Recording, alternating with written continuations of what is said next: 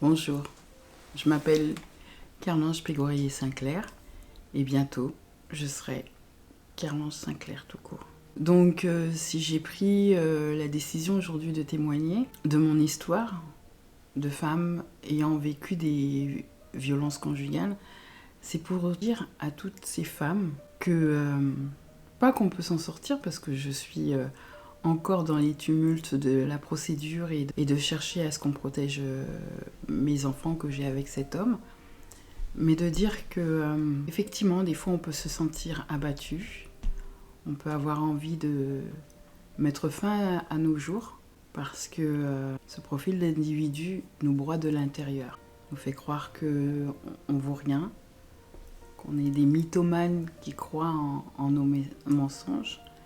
Mais c'est leur technique, comme a su me dire un jour Agnès Péchereau de Intermède 79,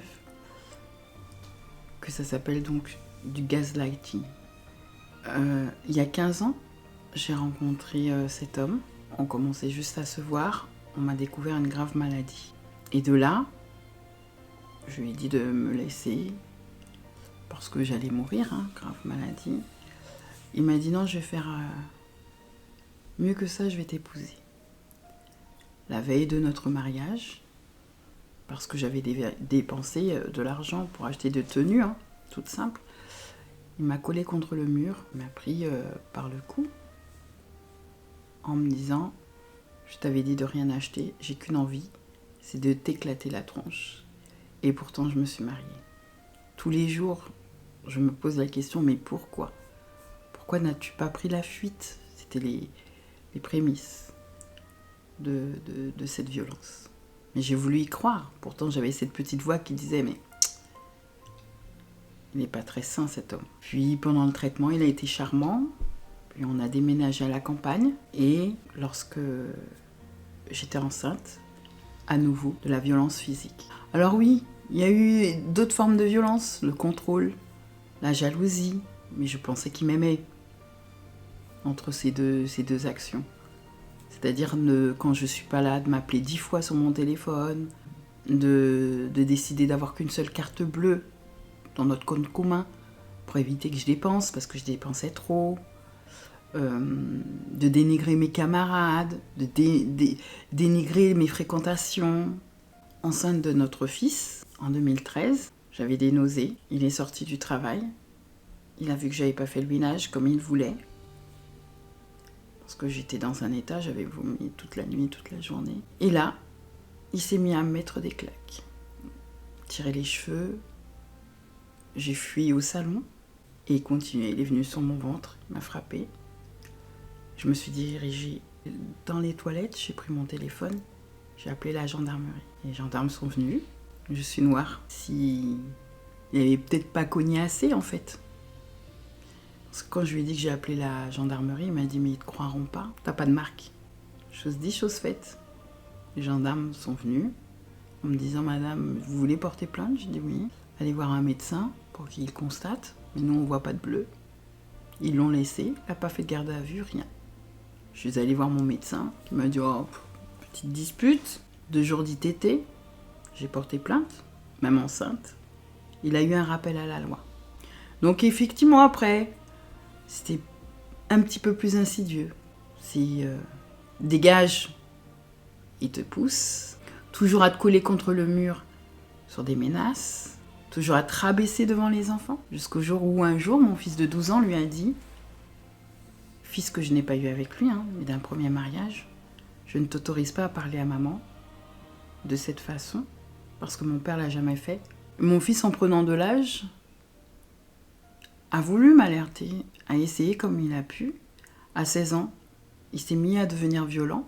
Mon futur ex-mari me disait « mais si ça va pas dans notre couple, c'est parce que ton fils, il me répond. Ton fils, il est violent avec moi. Donc c'est à cause de ton fils que ça va pas dans notre couple. » Je me suis dit « on va déplacer le problème. » Donc j'ai envoyé mon fils chez son père. Et aujourd'hui, si j'ai décidé de témoigner, c'est que avec ce monsieur violent, j'ai eu d'autres enfants, 2 autres, une fille et un garçon, et que mon fils est âgé aujourd'hui de 12 ans, et qui devient, voilà, à nouveau, les choses se reproduisent. Mon fils, il est juste révélateur d'un mal-être dans la famille. Et malgré qu'aujourd'hui je suis cadre A, que la justice ne m'a pas cru, puisque malgré les violences conjugales, ils lui ont remis une garde alternée. J'ai du mal à me chauffer, je mange des pâtes et des lardons, des pommes de terre et des lardons. Mes enfants sont adorables parce qu'ils comprennent. Et je veux dire à toutes ces femmes qui ont vécu comme moi, à toutes ces femmes où les fins de mois on se dit comment on va nourrir nos enfants, comment on va payer notre essence pour aller travailler, comment on va faire pour payer notre électricité, notre eau, notre facture de maison, habiller nos enfants. Parce que une fois séparés, la violence ne continue. Aujourd'hui, je suis loin de lui, mais avec cette mise en place de la garde alternée, c'est de la violence économique, puisqu'il est écrit dans le jugement garde alternée, il faut se mettre en accord avec cet homme violent. Or, ce qu'il veut, lui, c'est encore garder de l'emprise, donc l'emprise financière. Donc, pour toutes ces femmes qui ont vécu comme moi de la violence, qui se battent tous les jours, pas pour faire reconnaître qu'elles ont été victimes, parce que on sait très bien que la justice n'est pas juste, je leur dis, tenez bon. Il y a un taux de suicide forcé qui augmente chez les femmes ayant vécu de la violence conjugale. Je peux le comprendre, parce que moi aussi j'y ai pensé. Mais lors d'un témoignage de Valérie Damido, et je la remercie beaucoup, elle expliquait qu'elle avait été victime de violence conjugale et que quand elle l'avait dit à ses amis, on lui a dit non mais non, c'est pas possible. T'as une grosse bouche et puis comment tu es, non c'est pas possible, pas toi, on te croit pas.